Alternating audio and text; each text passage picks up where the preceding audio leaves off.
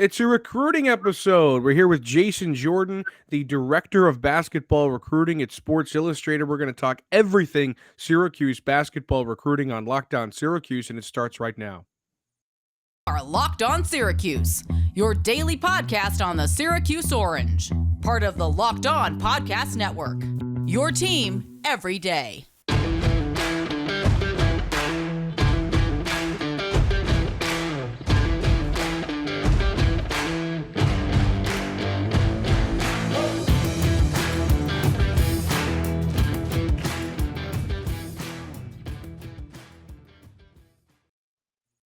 Matt Bonaparte, Owen Valentine with you on your Wednesday morning episode. Thanks for making Lockdown Syracuse your first listen every day. We are free. We are available wherever you get podcasts. And today's episode is brought to you by LinkedIn Jobs. It helps you find the qualified candidates you want to talk to faster. Post your job for free at linkedin.com/LockedOnCollege. That's linkedin.com/LockedOnCollege to post your job for free. Terms and conditions apply.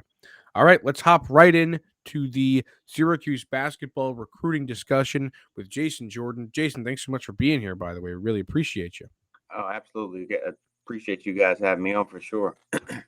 So, Syracuse basketball is currently in the midst of what Coach Jim Boeheim says is its greatest freshman class of all time. And Syracuse has had some pretty darn good freshman classes in the past. So it's a little bit of, really, Jim, kind of thing. Is he just pumping them up? What's the story? How do you feel about this 2022 class with these guys coming in? We've seen one exhibition game so far where it started out a little bit rocky. Of course it did. They're all freshmen, but there's a lot of talent there. Yeah, a lot of talent, a lot of guys who do a lot of things well. The trend in college basketball now is to, flood the court. I say this all the time. You have to flood the court with playmakers at different positions. A lot of length and a lot of scoring guards who can play interchangeable at the different guard positions. But I've always loved Justin Taylor. 6'6" sniper of a shooter, but he does a lot of different things well. Can guard a lot of different positions. But for me, the star of your class is Judah Mintz. And I know they expect a lot out of him this year, but he was a guy who I felt was very much underrated. Never understood why he wasn't cracking. I think we had him rated the highest in our SI 99. He was in like a top 30 or something like that. But he literally dominated everyone that he played against every time he played against him. Like he tended to be the best player on the court. You got to remember, he was playing at Oak Hill and he was playing in the NIBC, which is the toughest high school basketball conference. And that's Montverd's there, La Lumire's there, IMG Academy. He's playing against traveling all-star teams every time he takes the court. And he literally, dominated most of the time when he was on the court. So I'm definitely, and I know your staff is expecting a lot out of him. This is 6'3" combo guard, but he'll have the ball in his hands a lot. And, he'll add a scoring punch. But there's a lot of versatility with Kadir and, Malik Brown and I think Peter Carey in your class. But the best ever. Okay, cool. All right, we'll go with that. I'm with you. I think y'all had a couple good classes, but hey man, whatever you think there, Jimmy. So you sort of go when you're Syracuse from this gigantic class of so many names and so many possible contributors to you take that step forward to the 23 class, which is still blank at this point. You got close with guys like Reed Ducharme and JP Estrella, who both ended up going elsewhere. How concerning is no names in the class of 23? Is it something where you've got such a big 22 class and you can just attack the transfer portal, or should there be a lot of concern with the fact that there's no names in this 23 class right now? There should be some concern, because the reality is, I tell you, I know that Jim retiring is a strike against you guys because there's so much unknown there. And so I'll tell you that I know for a fact that schools are just railing on that. like that the uncertainty there is definitely being brought up on those Zooms and on those phone calls, and not in text messages because we don't leave a paper trail. But that is absolutely the conversation that a lot of recruits are getting. Now they won't say that outwardly. I mean, they'll say it when the recorder's off, and mom will say it when we talk. And I don't know. I've been told this and that and that and this, but that has definitely contributed to the goose egg in 23. And so it's some of that. So there's concern there. Now we live in a new world in college basketball where you most staffs are holding out 2 to 3 spots for the portal. And I tell you, when I was at Peach Jam, a lot of the coaches were like, man, you better tell them guys it ain't no all these big classes, and that's gonna be a thing of the past. We're holding out spots. So if they want a spot, you might want to go ahead and grab that offer. And I know that's good until something happens. I don't see nothing happening no time soon with the portal and transferring and stuff like that. I mean, they gave them 15 more days next year to decide if they want to transfer. So I think that will just get worse. There will be more kids in the portal next year with 15 more days to decide. And so your staff, I'm sure, is holding out at least 2 spots, 2 to 3, and you're going to have to at this point grab some transfer guys. But yeah, it's concerning. But people are winning in the portal now. People are winning out there in the portal. So that's something. It's a new world we live in, and we're all learning that on the fly. Absolutely. Yeah. I kind of assumed that that's how it was going with the Boeheim thing, but I'm glad you confirmed that. Oh yeah. We had JP Estrella on the pod a couple of Okay. times, and both times we asked him, what does Jim tell you about whether or not he's going to leave? And he said that Jim continually says he'll be there as long as the incoming players are there, which I don't know if I believe, and I don't know if JP Estrella did either. Maybe that's why he picked Tennessee. But hey, that's kind of the dice that recruits have to roll now with Syracuse and the impact of Boeheim's potential departure. But let's look forward to the 24 class for a second. Elliot Cadeau just put out his top 6 for school. Syracuse makes it. Do you think they have a chance with this kid? He's the number 1 rated point guard. He's an animal. He's a 5-star. Do they have a chance? Yeah, I mean, you look at his list. I mean, Carolina's heavy there, Kansas is heavy there, and you look at them, you're like, oh man, we don't. For his stature, we might not have a shot, right? But he's different. Like he's a different type of kid. Like he's not like a typical 5-star kid, like where he's egomaniac. He's all about the marketing. He's not like that. And I do know I've talked to him, did a story on him in the last few weeks. And I know it means a lot to him that you guys were there early. And that meant a lot to him. And so, I don't think he set a date for a visit yet.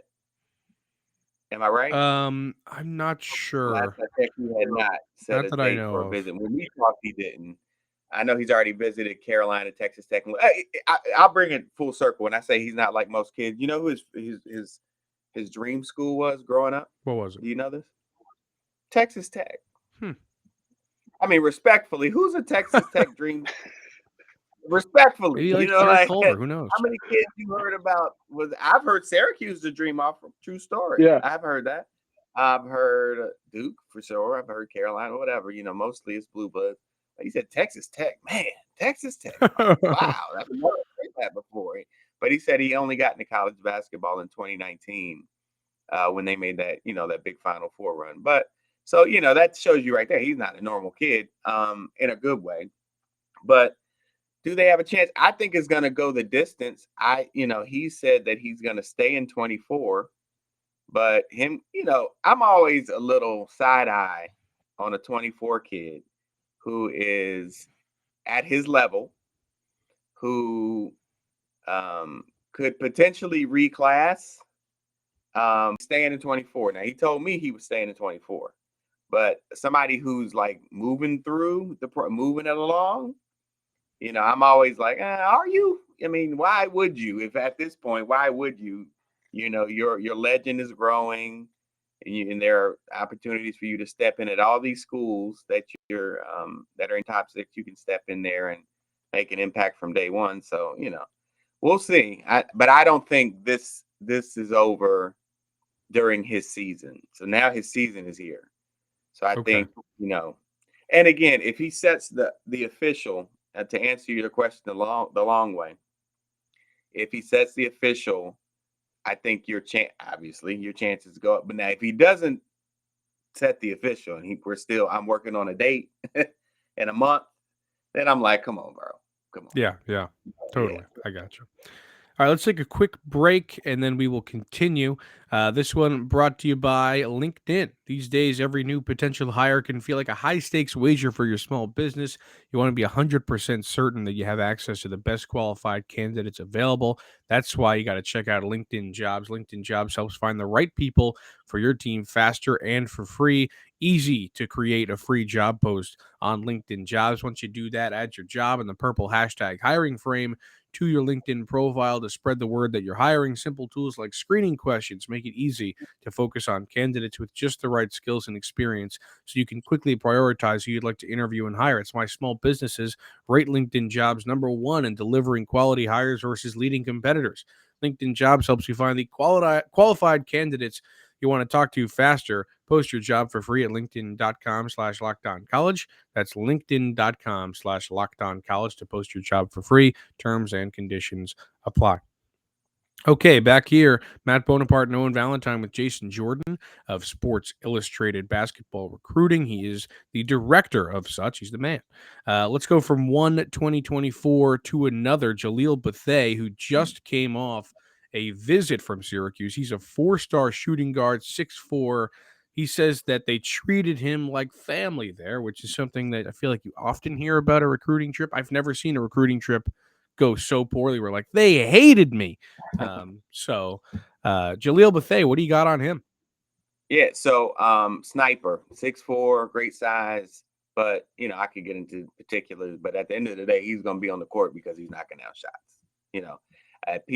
Big summer with team final in the Nike EYBL, but the biggest thing is that Peach Jam, he shot 46. Everybody talks about this. He shot 46% from three, and he doesn't hug the line. Wow. He's like Curry range on that 3-point shot. So Cool. just a sniper. I mean, he can get to the rim and he can maneuver and create sometimes, but he's at his best when he's hunting and launching shots. And so that's where he's going to earn his money, earn his time, but also a high IQ guy. So he rarely takes bad shots, which is different for a volume shooter.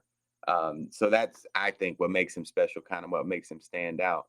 And he really moves extremely well without the ball, like you would expect a shooter to. But honestly, these days, these kids just stand around and they wait to be open. It's always interesting to me. But yeah, he's a big guy to get on campus. I'm with you. Now I have heard some official visits go a little left. I have, I was talking about this earlier. We were talking about Jabari Parker at Duke, and a lot of people don't know that he ended up. Obviously, we know he picked Duke, but he said the Duke official was his worst official. Really? By far his worst official. Yeah, he told me that back then. Yeah, that's crazy. Obviously, he told me after he picked them, right? So, but yeah, they can go left. But yeah, sounds like that one did not go left. So that's good for you guys. When sort of, I guess you have a lot more conversations with players and recruits at this point than we are here. In terms of, and this is just to throw you on the spot a little bit, in terms of the Syracuse thoughts and when they come from players, what is the vibe from players about Syracuse outside of maybe Boeheim conversations as a whole? Well, it's always very prestigious. I'll say whenever I hear about a Syracuse offer, there is excitement.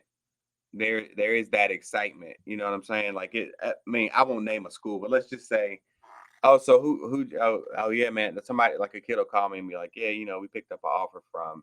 I'm not even gonna do that. School X, right? And they'll just be like, yeah, School X offered me, right? And so I'm always like, okay, but but a blue blood or something like that. Oh yeah, hey, Duke offered me. Kansas offered me. Yo, Boeheim called me, like Jim Boeheim. Yeah, that's still a thing. 100%. Okay. 100%. That's still a thing. Y'all still have that prestige with recruits. So yeah, it makes sense that he's like, they treated me like family. I was at it. I saw the thing where I was at his house, met his family, met his dog. Like, so that because he's a celebrity by and large. For all intents and purposes. Yeah. We don't. With the other dinosaurs leaving. Shout out the. Sorry, Jim. I'm not saying you're old, but he's He older, is. right? He's Yeah. seasoned. We'll call him seasoned, but he's got like that rock star thing because the other dinosaurs left. A lot of them left. A lot of his friends left. So yeah, there's definitely still that awe in the Syracuse offer. Well, that's good news. I'll tell you that Yeah, much.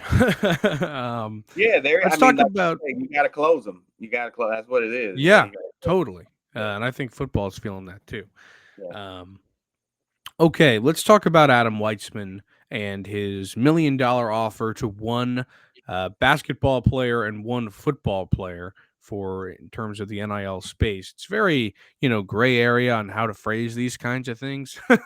But what is your take on that? Do you think that's going to attract players or it's going to fizzle out? I mean, I feel like it's hard to turn down $1 million, but at the same time, very weird space. 100%. That will attract players. 100%. Because here's the thing.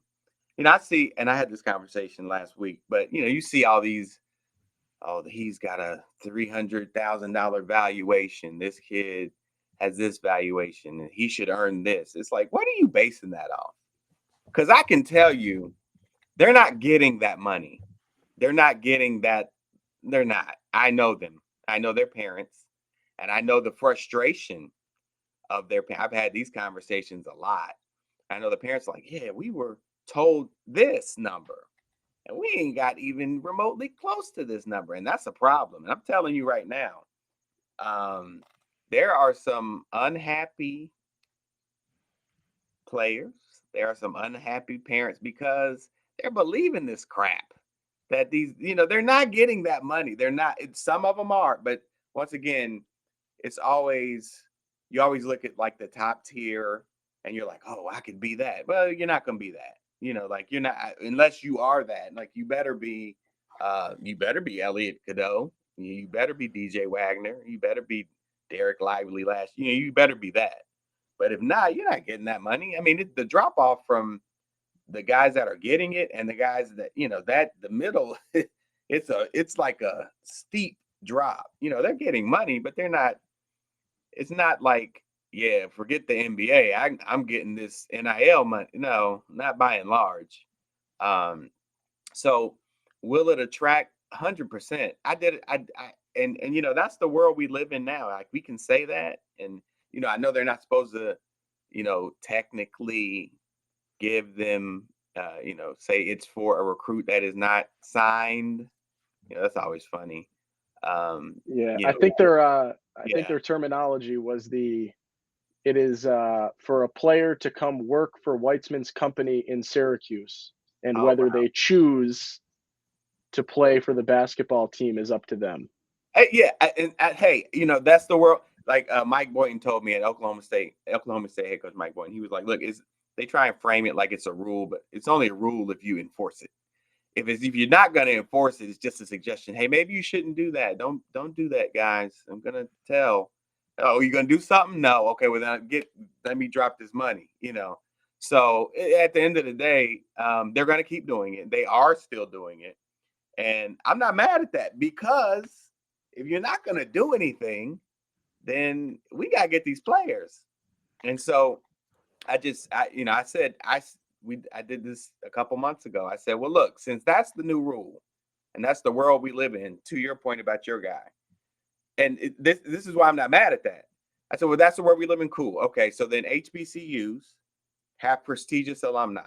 So Diddy went to Howard University, right? I said this on film. When is Diddy gonna cut the check? When is he gonna cut the check? And do you know what Diddy did a month later? I'm not saying it was because of me. I'm not saying, I'm not saying it. But when he was honored, I believe it was at the BET Honors Awards, That's when he dropped $1 million to Howard. That's a fact. Yeah. We got dates on these things. That was in June. And then he dropped another $1 million to Deion Sanders. I mean, if there's a finder's fee, I'm not mad at that either. But, if these are the rules we're playing by, then hey, let's let the floodgates open. I got one more follow-up on that. Just because I'm curious, how do you think it works within not getting in trouble for Weitzman and the coaching staffs? Because obviously Jim Boeheim and Dino Babers are probably pumped to hear that, but they can't go out and say that. And what if Weitzman offers the guy money that the coaches don't necessarily want, and vice versa? How does that work? And then is this just falling into a trap of getting caught by the NCAA for some kind of tampering scandal? Syracuse has already gotten hit with mega sanctions before, and that caused them to flounder. Yeah. I feel like there is a potential disaster looming. Well, that's across the board. Every school has that fear, right? But at the end of the day, the NCAA ain't doing nothing. They're not doing, and the coaches are pissed. They're happy. Well, they're pissed because they're not getting your guys saying I'm gonna drop $1 million. Now they would not be pissed if it was them having the donor dropping the milli, right? But will heads roll in the future? They're gonna have to roll a lot of them. They're gonna have to roll a lot. And it's funny you say, well, what if the coaches don't want? Well, we know that your guy, what's his name? Weitzman. We know Weitzman doesn't talk to the coaches about this stuff. I mean, he would never. Your staff would never have a conversation with this guy about a 5-star point guard that they really love, like Elliot Cadeau. I'm not saying Elliot's taking money, but I'm just saying, for example, they wouldn't say Elliot. That would be against the rules, right? Yeah. Nobody does that, right? So but let's just say, I just don't think that he would do something that they weren't okay with. And maybe they're just, locked in mentally and they just know it. Yeah, sure. They have We'll telepathic conversations. Yeah. Let's take one more quick break, and then we have time for maybe one more question. Yeah. This one brought to you by BetOnline.net. It's your number one source for football and the start of the new basketball season. It's the fastest and easiest way to check in on all your favorite games and events. Head to the website today or use your mobile device to learn more. BetOnline, where the game starts. All right, Owen, we got one more. What do you got? He's muted. So we have seen, I do it all the time. We have seen this this last sort of 5-year stretch from Syracuse in terms of recruiting struggle, in terms of what we got used to, especially around the late 2000s, early 2010s. And then, as we just talked about with the sanctions, it sort of dipped. And this year in 22 seems a bit back to normal. So I'm just wondering, from your perspective, sort of the last 5 years in terms of Syracuse recruiting, and it seems like they were, at the front of and early on with Baisley, not playing college basketball. And it was a recurring thing. And just sort of a summary of their last 5 years of recruiting, because it seems like it's taken a hit, and it's something that in Syracuse, the people that are on their anti-Jim Boeheim train love to bring up, is his inability to recruit over the last 5 years. So just maybe your perspective on Syracuse recruiting as a whole right now to wrap things up. Yeah, I think over the last 5 years, I like to, lean into how you finish, right? And so the last two, you got to give him credit for that, right? Totally. But that's the way fans are. They're like, I'll tell you, it's always like, we missed on this 5-star kid. We missed on this 5-star kid. Oh, we got this 3-star kid, and it's like, you can't have a team full of 5-star players, right? You need guys that are going to stay there. You need glue guys. You need guys that are cool with their role. But you could, your 22 class is a top 25 class, but then fans want a top 15 class. And then if you get a 15 class, but why don't we have top 5? We're Syracuse.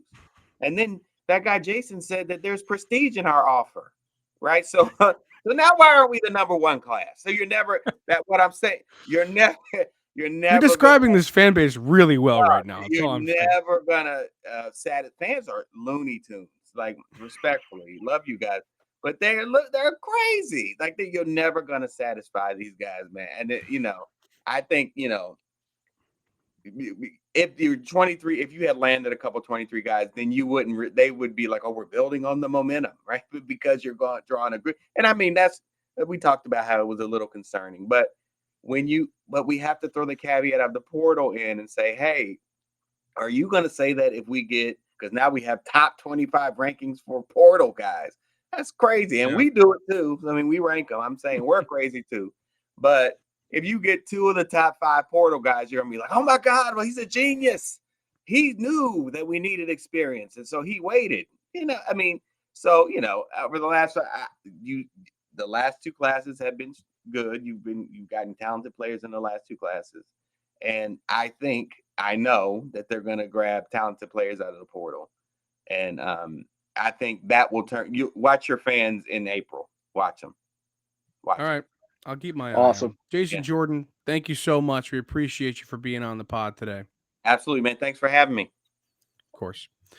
Thank you for making Locked On Syracuse your first listen. For your next listen, check out the Locked On Sports Today podcast, the biggest stories of the day, plus instant reactions, big game recaps, and the take of the day. Available on the Odyssey app, YouTube, and wherever you get podcasts. I'm Matt Bonaparte. He is Owen Valentine, and we will see you tomorrow.